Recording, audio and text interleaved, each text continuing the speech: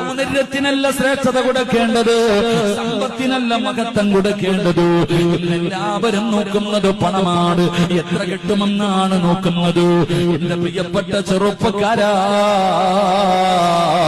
ദീനില്ലാത്ത പണമുള്ള പെണ്ണിനെ കെട്ടല്ലേ, പണം നോക്കിയിട്ട് വിവാഹം കഴിക്കല്ലേ.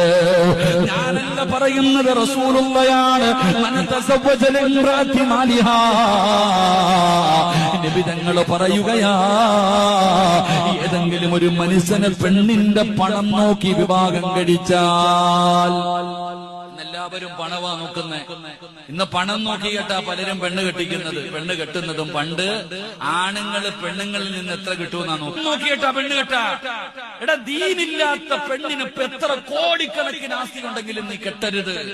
നബി തങ്ങൾ പറയുകയാ, പണം നോക്കിയിട്ടാണ് വിവാഹം കഴിക്കുന്നതെങ്കിൽ അള്ളാഹു നിനക്ക് ദാരിദ്ര്യം തരുമെന്ന് ആദരവായ പ്രവാചകൻ നബി മുഹമ്മദ് മുസ്തഫ.